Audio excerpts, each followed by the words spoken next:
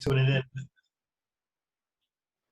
Really appreciate everybody kind of coming together during dinner time, et cetera. This is Tom Ficklin with Ficklin Media, and in conversation with some folks that are dedicated and passionate about what does social justice mean and what does it mean to kind of live a free life here, not just in New Haven or Bridgeport or Hartford or the state, but even in the world, because it's really important about this, the globalization and the incarceration of folks for a variety of crimes, and separate from if you can something in China that might be something that might be illegal in another state, but nonetheless, we can certainly see that how the so-called social justice and legal justice system works. It's not been fair for a long time. I would say it's been designed to not be fair, but history is one thing, look to the future is another, and I was really pleased to have her on the call and some of the colleagues really tell us about how to move forward, making sure that everyone can kind of have really penalized unnecessarily. None are perfect, and some of us do things that we shouldn't do, but there certainly is, in terms of this issue of punishment and justice and fairness, has been raised incredibly in the last, 16, 19 for that matter, but certainly in the news.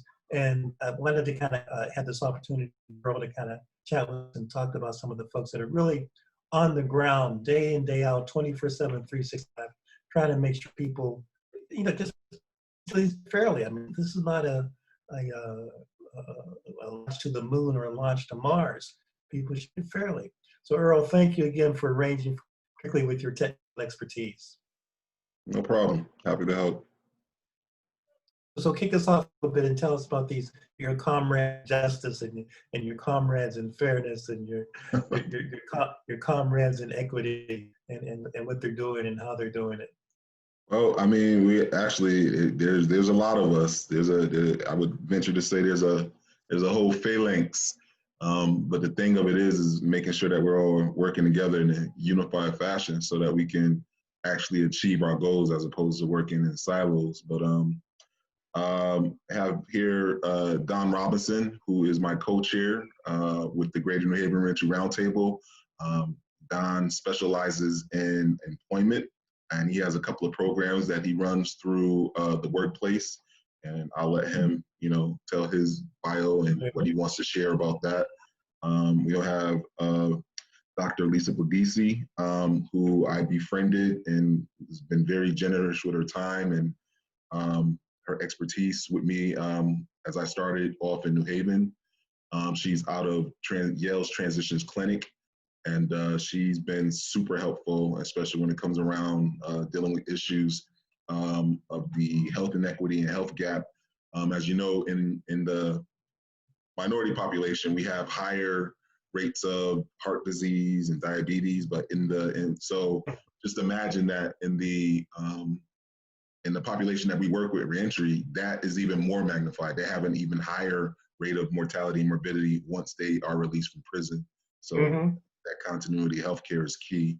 And then last but not least, my dear brother, James Jetter, another New Haven native like myself, who works out of the Whitehall Prison Education Initiative, and along with also Unlock the Vote for unlocking the voting rights for those that are disenfranchised for being in prison.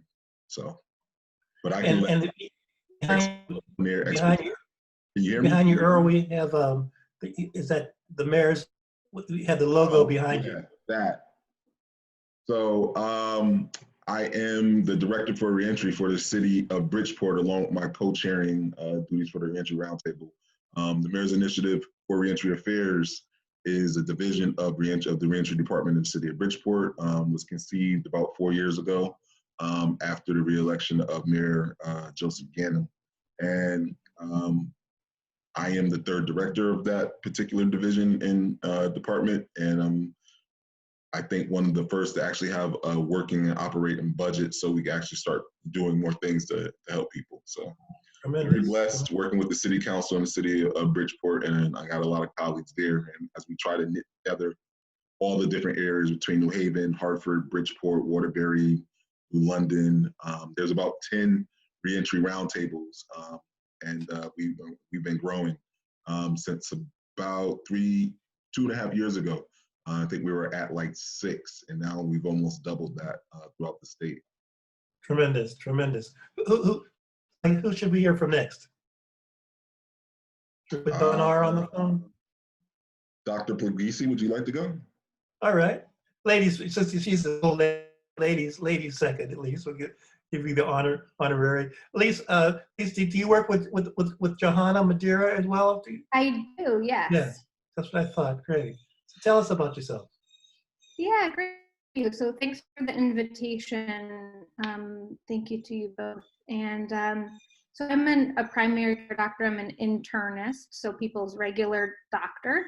But I direct a clinic at Yale that is squarely focused on addressing the health needs of leaving jails and prisons in our state, even if they're coming from federal prisons almost back to Connecticut. And many people say, like, why do you have a clinic for that? Or why does that need something special? Or, people committed crimes, like, why do they get a special program when they come back? I hear a lot of these different things. I say that, Mr. Bloodworth noted the needs of people who are leaving correctional systems are not talked about often enough, not prioritized in a lot of quote unquote like reentry conversations, and really like unparalleled. So when we teach medical students and other types of health allied professional students, nursing and physician's assistants, about the health of people who have been incarcerated, we say, you learn tons about heart attacks, diabetes in your school training, but you don't learn that almost nothing puts you at a risk of death more than coming out of prison. There's almost no medical condition. Like, you could go into the hospital having had a heart attack, have the heart attack and be treated in the hospital. And when you leave the hospital, your risk of death is lower than somebody who's leaving prison or jail. Boy. And that kind of like stops me. That always gives me chills and stops me in my tracks. Like, and when people are playing on their cell phones and not listening to me and stuff, when I talk, I really like stop and say, like, just like sit on that second, right? Just like marinate on that. There's nothing else. There's no other medical, biological, social thing that puts you at that type of risk of death. And we're talking about death. I mean, what about just feeling okay, right? Like feeling well.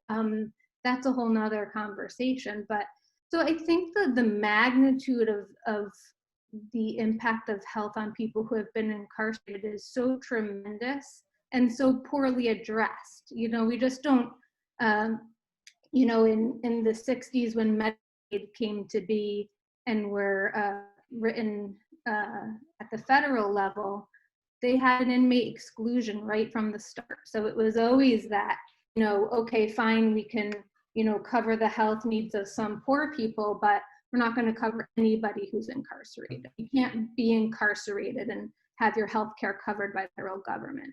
And so you can imagine that just created a crazy system from the start, where not only are people locked behind bars and like physically taken out of their own universe, their health exists in an entirely different universe as well that communicates most not at all with the community health system. And we haven't seen that any more magnified than during COVID. We see that the risk of COVID when you're incarcerated is just tremendously high in community risk. And yet those systems don't talk, often are not financially supported to do the work they have to do. They're not in,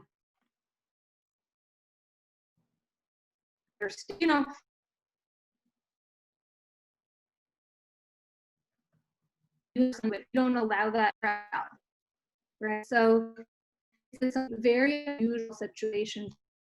I'm gonna ask me a question. You've kind of good. My thought goes to it. That's the time we're showing, since we may not do that right now. And Earl, before we go to the other guest, please tell me about. There's been some discussions about people being released, et cetera, because of COVID. there an update in that regard that you like?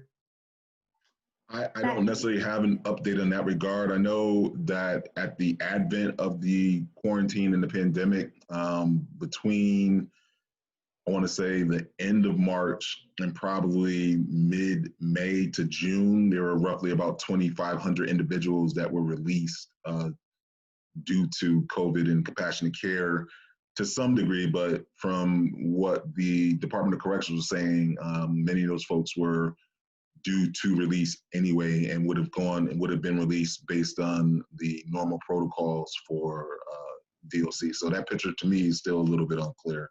I don't know. Yeah, I'd agree with you, and I would say largely our rates of incarceration decreased because the courts were closed, and so you stopped the influx of people who weren't able to pay bail and would otherwise go to jail.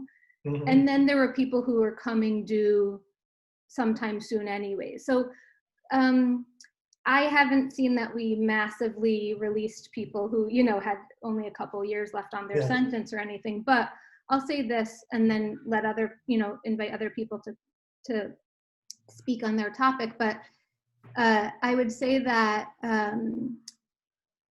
we know that it's such a dangerous place to be health-wise in general, but in the setting of COVID. And it takes a lot to coordinate releases from prison, especially in the scenario of people who have been there for a long time. We have an aging prison population in general.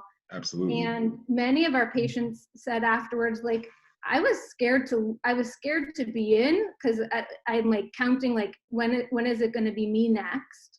And then I'm scared to leave because, like, where do I go when I get out of here? I don't have a doctor. I've been inside 15 years. Who am I going to go to? Who's giving me medicine? Who's, checking? They just told me I had diabetes a year ago. Who's going to do anything about that? I don't even know how to use the community health system.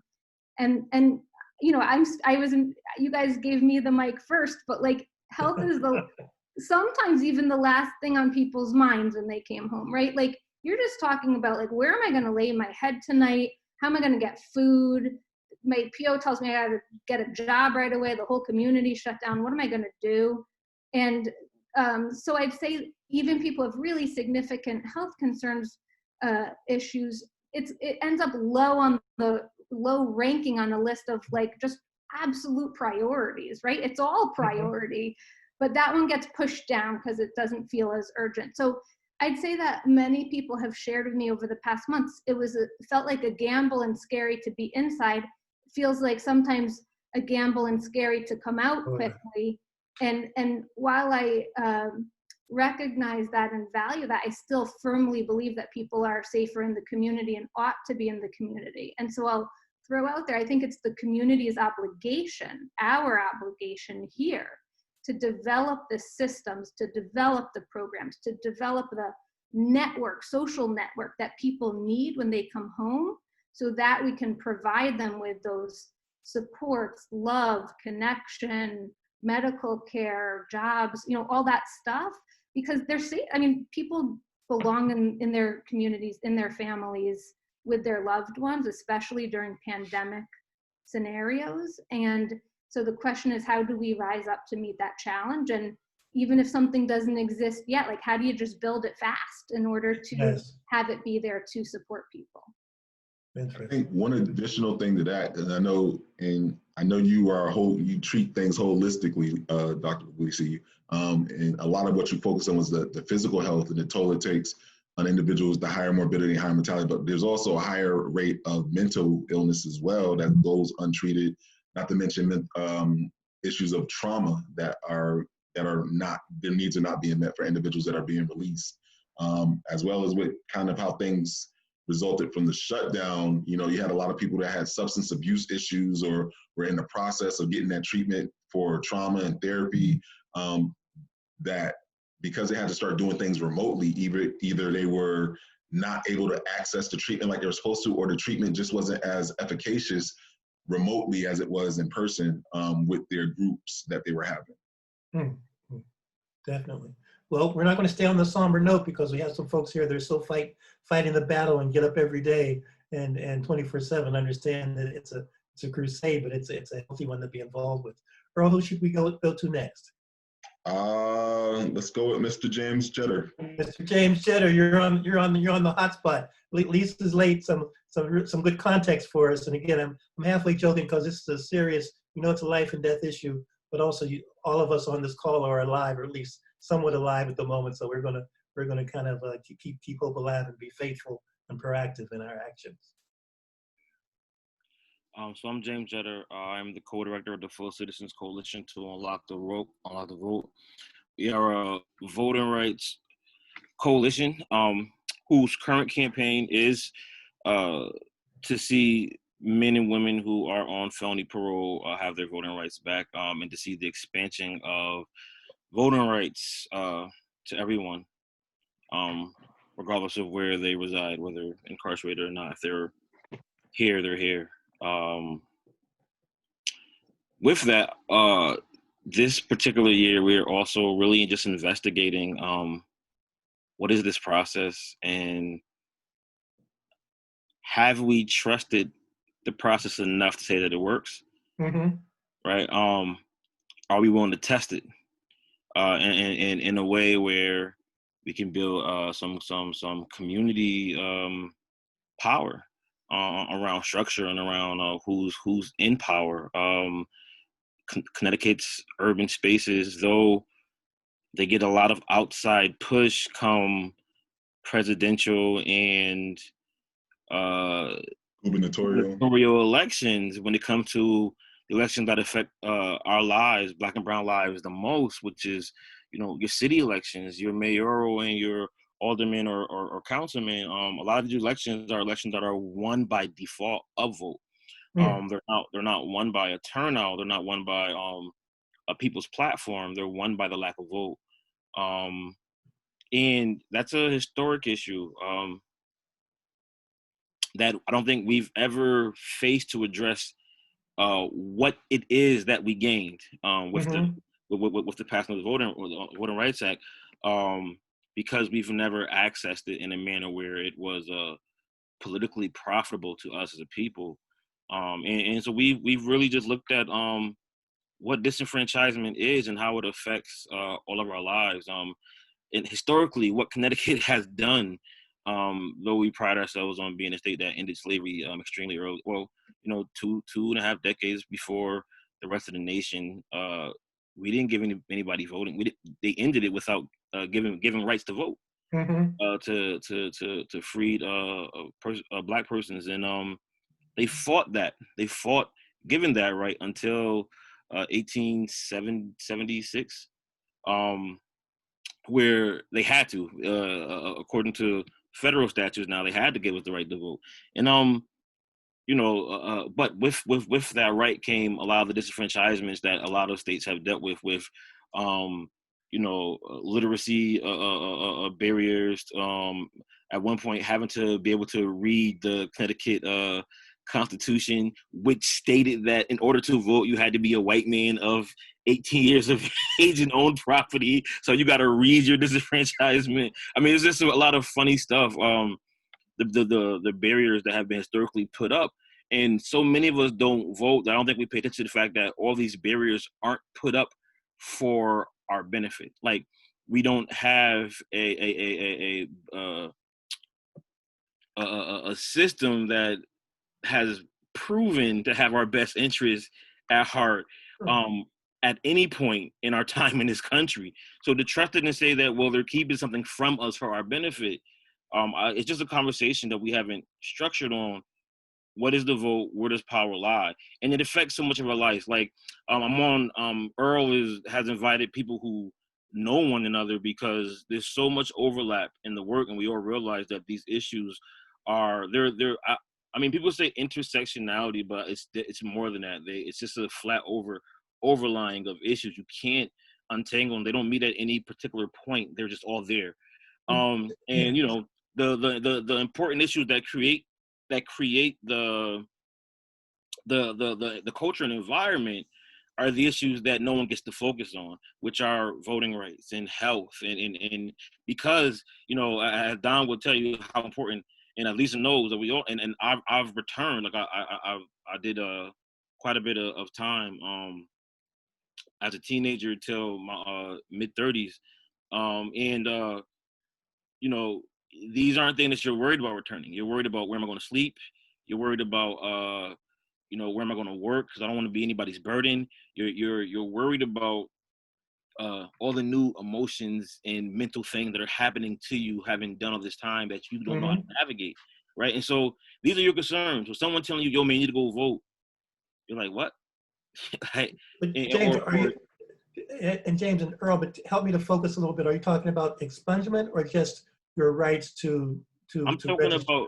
about your rights to register. So, you know, Connecticut roughly has almost 4,000 persons on parole, on felony parole in the state, and the majority, I think 90+% live in 8 zip codes. Right, 8 zip codes between New Haven, Hartford, Waterbury, I think New London. So we're talking about our urban population who is being robbed of the ability to vote.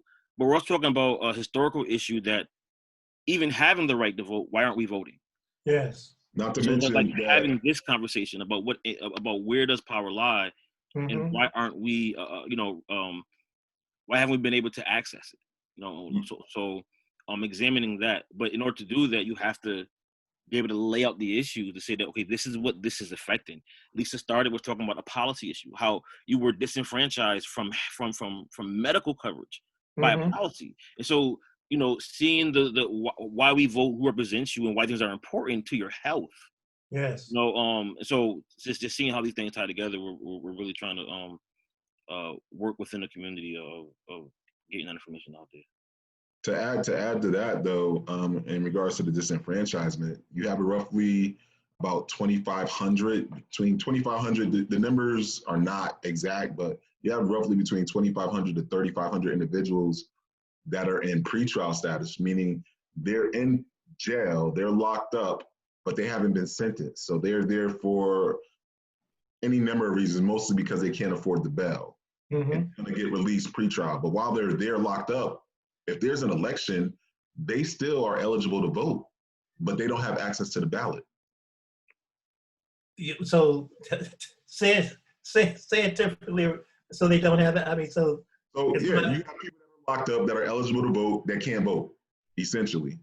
And if they were to have, say, access to the absentee ballot, if we could figure out a process to do that, then you could possibly have an additional 2,500 to 3,000 more people voting in the election. And then it also gets a little dicey as to, you know, what address they're using, or whether, you know, there's been a big issue around gerrymandering, because there are a lot of urban individuals, or individuals from urban areas, I should say, that are in prisons that are in more rural areas, and getting counted in the rural areas as opposed to the urban areas where they really reside. So, I mean, there are a lot of nuances to work out, but at the end of the day, disenfranchisement is happening on a regular. Earl, again, thanks we had the technical difficulty on my end, so really glad you're recording this. For someone who wants to know how they can get involved with this process, or someone might feel that they want to be encouraged to vote and haven't voted in the past because of their circumstances, what's the best way for them to reach out or join arms with you or link up with you? I mean, there's multiple avenues of access. They can reach out to GNHRRT@gmail.com. That's the Greater New Haven Reentry Roundtable email address. They can go to ctreentry.org, which comprises all the information about all the different reentry roundtables. And are the roundtable meetings open to the public? They absolutely are. And in fact, I would venture to say not only my roundtable, but a lot of the other roundtables struggle with getting more community people involved. They're very top heavy with agency people. So basically we're singing to the choir. You know, we have a lot more involvement now from DLC and parole and probation, but we need community people to be coming to these meetings. We need individuals that have been in prison before coming to these meetings, because they're the ones that are closest to the solution. And that's one of the purposes of our conversation this evening. So how can people find out about the roundtable schedule? Yeah, all the schedules are listed, and all the contact information are listed at ctreentry.org.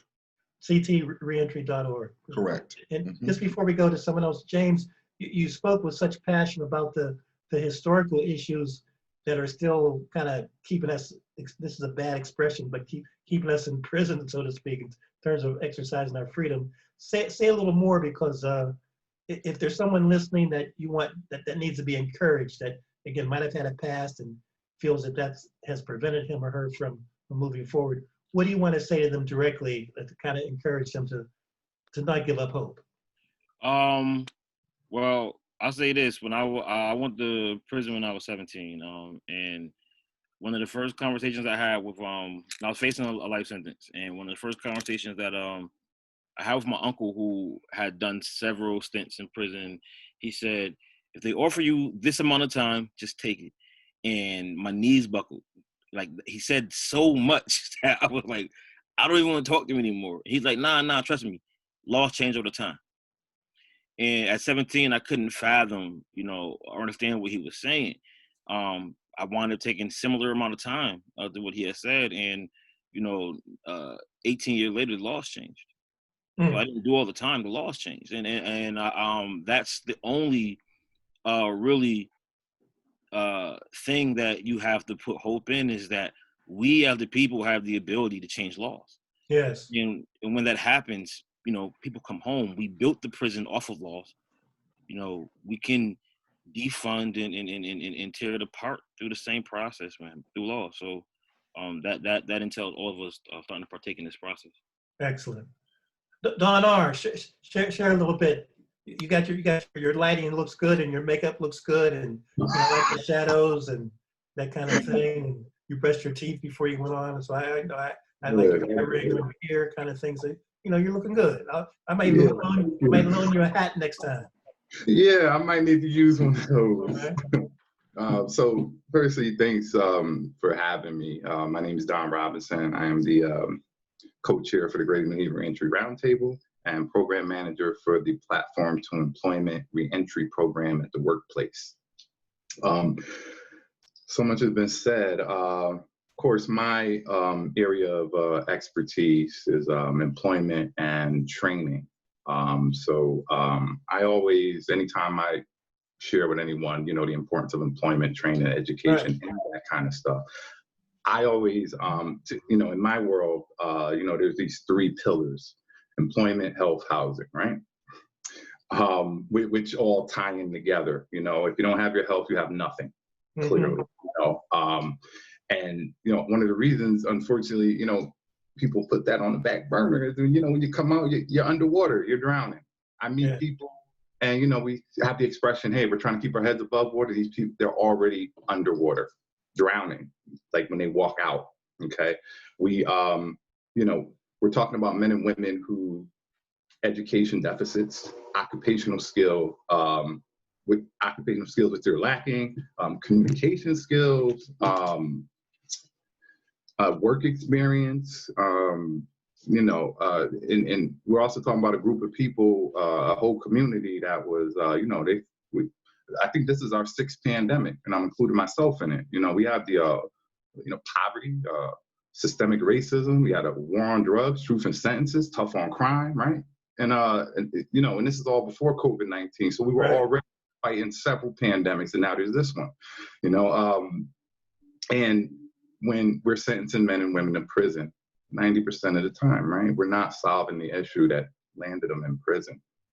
People, I'm talking with men and women who are, cycled through our system. I've been on the waiting list to get into, school, to, get my GED for a year. They keep transferring me, this, that, and the third. Different things keep happening. Or you get released before your name comes up and you're on that list. So, if a deficit was education, for example, this man climbed to somebody's window because, he didn't have the wherewithal to complete a job application or to do well in the interview or to sell himself to an employer or to market it, keep going, so yeah, the guy jumped at somebody's window, maybe, in his mind, I need to survive, and if, when we put someone into the Department of Corrections, we're not addressing those issues, then, you know, we are wasting the taxpayer money.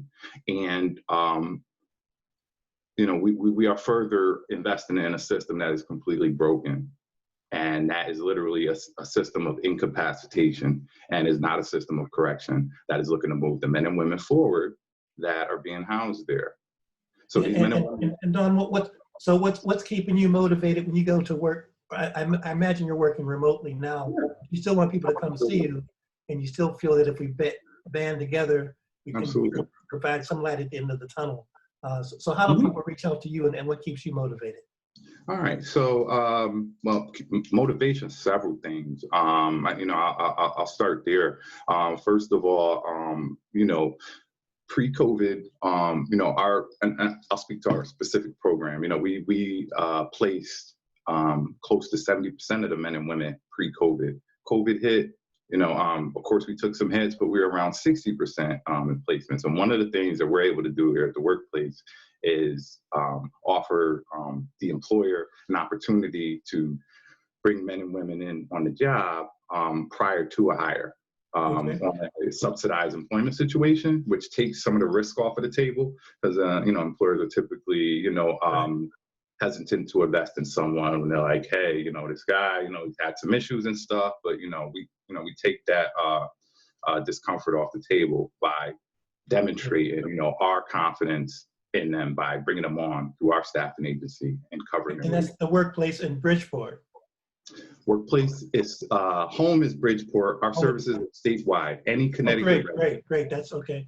So people can connect with you wherever they might be in the state. Yeah, right. So you can go to, my apologies. You can go to www.workplace.org and look for the Platform to Employment Reentry Program. There's 3 PDE programs, by the way.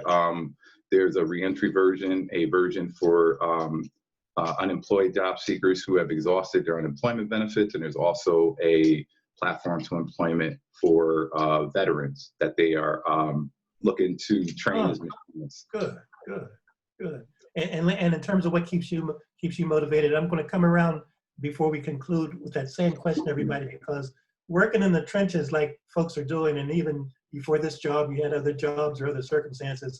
As you mentioned, health is so key. So to be an activist, to be effective, also that self-nurturing is so important. So I'm going to ask you to kind of talk about that. But so just continue about your particular motivation. Sure. Just real quick, we had another person join us. Just real quick, want to introduce Dr. Zelda. Oh, good. From Dwight Hall, Yale's Dwight Hall. Zelda, welcome. I really want to hear Don's answer to that question. Okay, all right. Zelda really wants, I was waiting for you to come on, Zelda, before asking that question, because I guess knew you wanted to know the answer to that question, but I'm going to ask the same question of you and everybody else as well. But Don, so in terms of your motivation and self-nurturing. So just quickly, you know, just for numbers' sake, I'll repeat, you know, our 60%, our 70% placement rate, we are having successes out here. That's definitely number one. Changing any person's life, you know, it motivates me. Even small successes.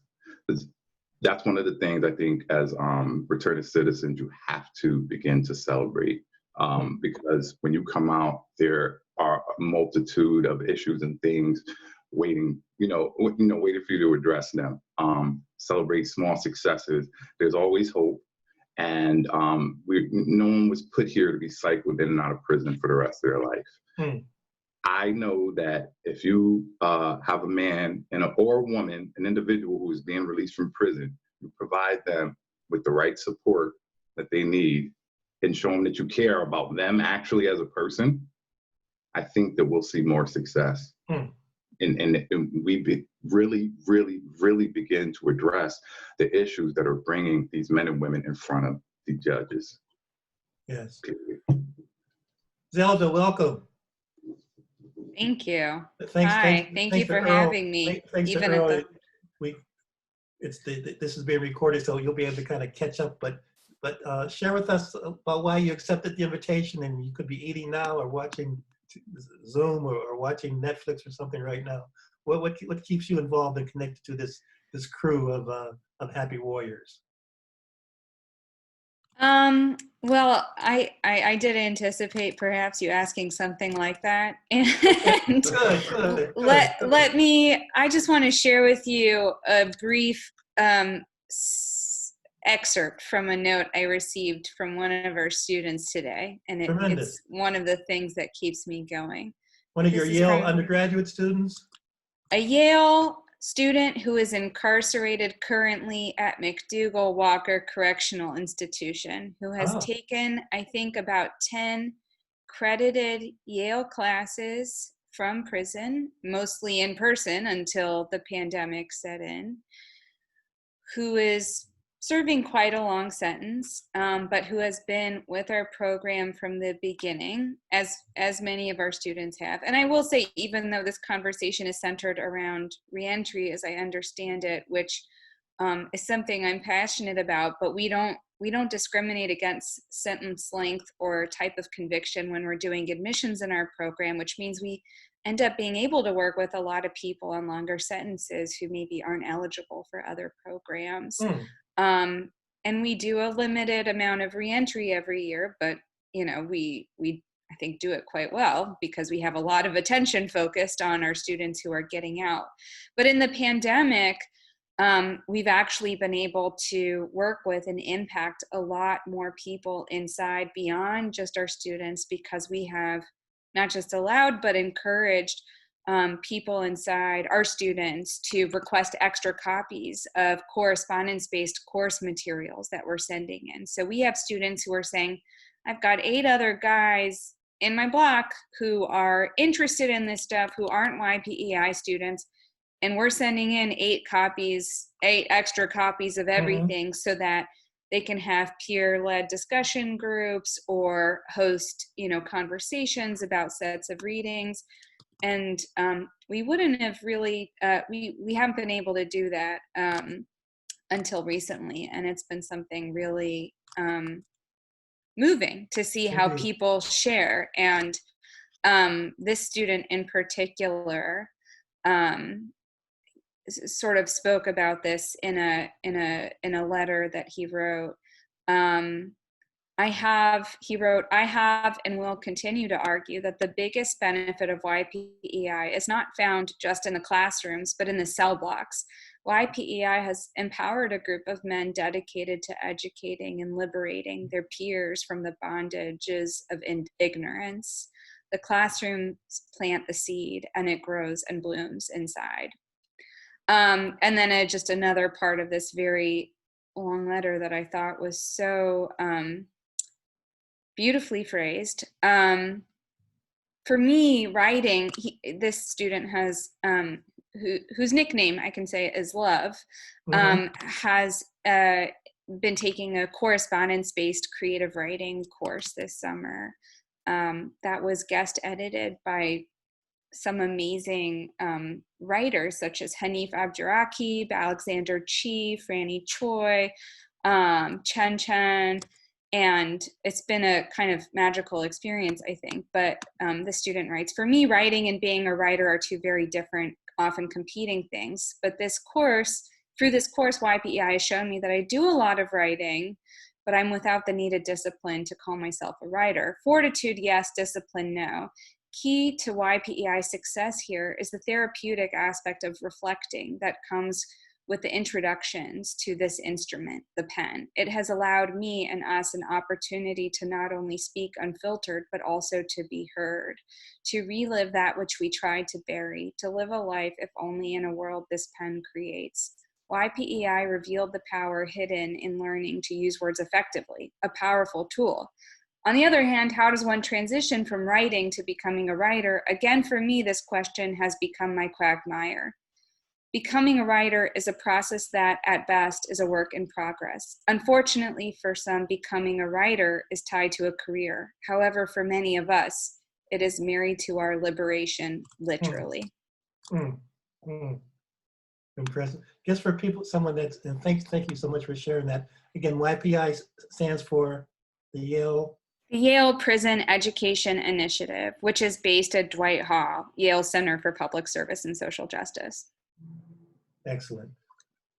Earl, as we kind of wind up, maybe let's go kind of last words and parting comments from everyone, and let's try to do this again. I want to thank you, Earl, for being able to kind of having that technical knowledge to bail me out, so to speak. And not a problem, Tom. Anytime. I would look forward to doing this again. I mean, there are a lot of different voices out there that are doing this work. And I think the more that we have these conversations and come together, and again, I can't stress it enough to show this unity. I mean, there are quite a few men and women and others that are doing some great work. And again, I can't stress enough the difference between having an open hand and a closed fist and coming together in unity and bringing that force to bear to make changes in policy and also bring recognition and awareness. There are multiple things going on. There is the Hall of Change Awards, and I can get you information on that, Tom, taking place on September 20th, where there are a number of people who have come out of prison and are doing great works in the community who are being recognized. That's right, Charlie Grady's. Charlie Grady, same time, yeah. So he's doing great work, recognition in that, and that's something in partnership with the Reentry Roundtable Collaborative throughout the state as well. On the 19th, this coming Saturday, myself and others will be out on the green supporting the Democratic and Republican registrar of voters who assisted in a webinar we just did a couple of weeks ago in regards to voting rights, which Dr. Zelda and James were both a part of, and Don as well. Also there this Saturday on the green will be Addie Kimbrough dealing with, she's a 2020 census leader.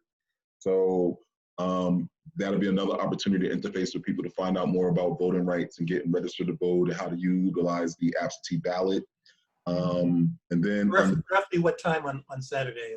That will be taking place from 11 to 2 on Saturday at the corner of Elm and Church Street. You're going to have the register of voters out there, the 2020 census, Urban League of Southern Connecticut Young Professionals, Witness to Hunger, the New Haven chapter. There's going to be COVID testing, Project Fresh Start, the division of New Haven Reentry will be out there, the NAACP will be out there, City of New Haven Immunization Action Plan, Project More, Community Action. There's also going to be an ice cream and a taco truck for those who enjoy those things. Any colors, any purple and gold colors or anything Purple of that and nature? gold will definitely be in the house. That's my fraternity colors for Mega Sci-Fi. And we have some national or actually international mandates that we are very, very passionate about, dealing with social action, voter registration, mobilization, and education, as well as various health initiatives around scholarship and uplift. The following Saturday, there's a program that was rescheduled due to some things from August, which was going to be celebrating the 55th anniversary of the Voting Rights Act, which Mr. Jetter had mentioned, called the Aftermath, and we'll also be out there. That's September 26th from 12 p.m. to 5 p.m.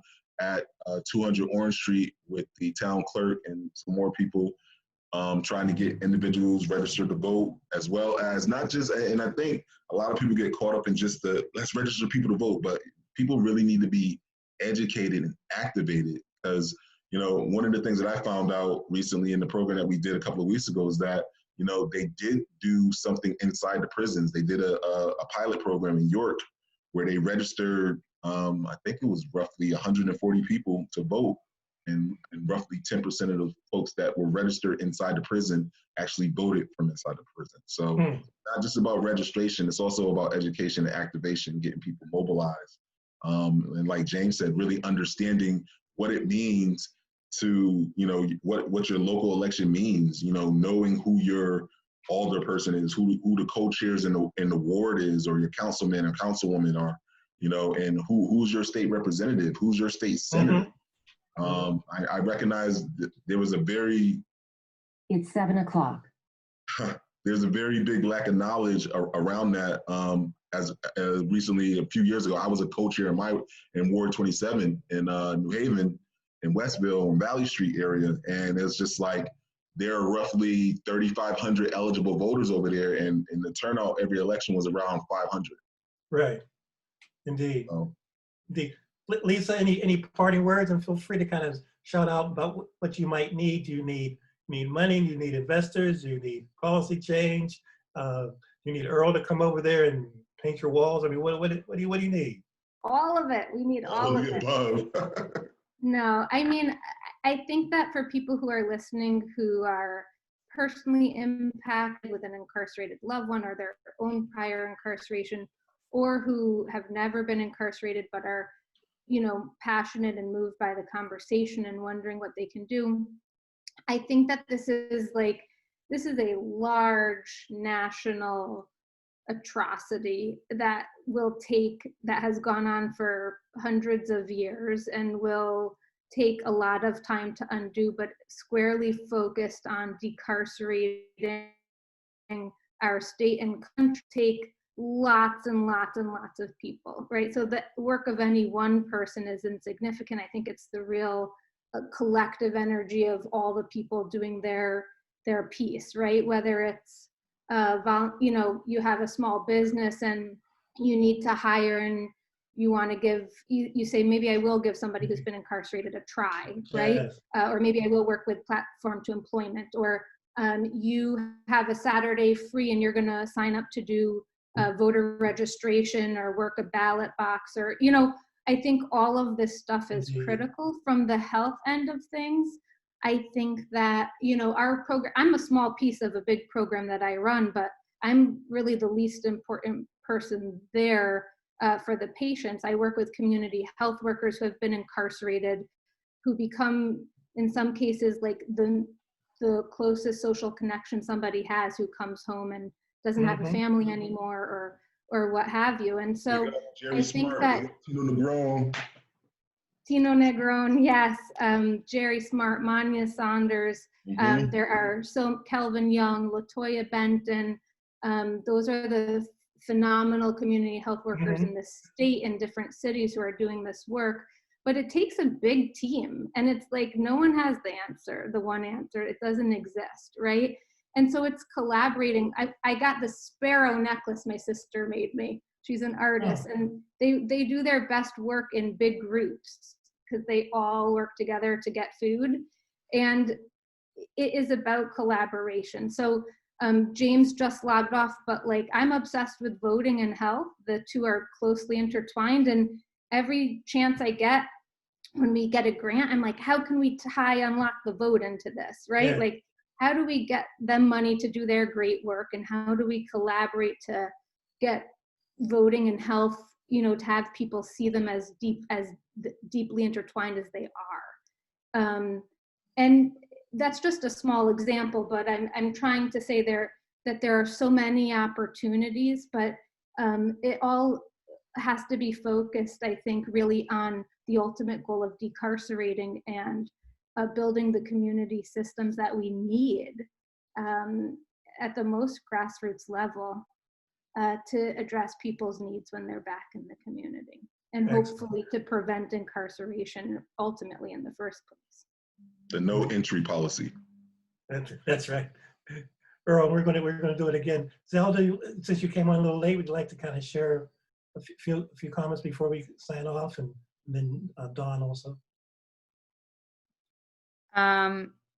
No, I guess I just really love and echo, Lisa's sentiments about voting and health, public health. I think, to me, voting is the most important thing. James and I have spent hours upon hours talking about this, but, when we realized that there were 3,000 incarcerated people in Connecticut who are eligible to vote because they're being held pretrial or on a misdemeanor.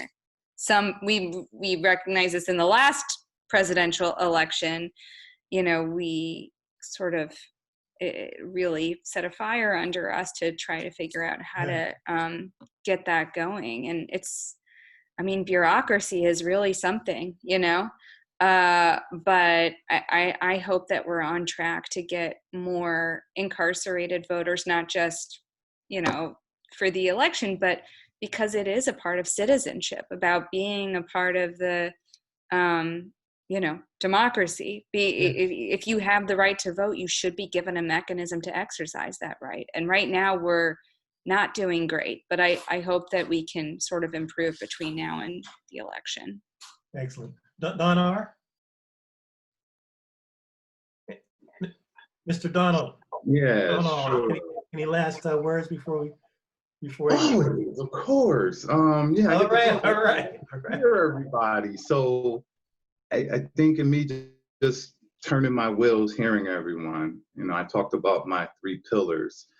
So the 3 pillars, health, housing, and employment, are rooted in concrete called voting. The funders for the Platform Employment Reentry Program, believe it or not, is our wonderful state of Connecticut. Let's elect some more people who have jobs first on their mind, jobs first for reentry, health first for reentry. Voting is just the key that unlocks the door to and I guess prosperity and liberation for the men and women we serve. So it all starts with voting. How can anyone get involved? How can anyone help? Knowledge is power. No one is half the battle. If you can't personally help, spread the word. Indeed. And information on where you could go to get more information on voting, and where you could go to get more information on how to get help with employment, workplace. And we got our friend, our friends at the round table, and men and women would unlock the vote, etc. Excellent. Hey, Tom, can I just 2 quick thoughts? Sure. Sure.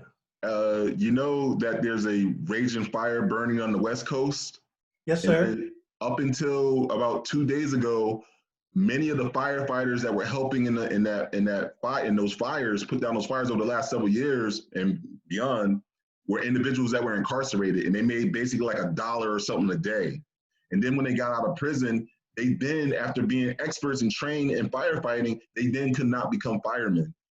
Governor Newsom in California just signed into law that they will get their records expunged automatically and be able to become firemen.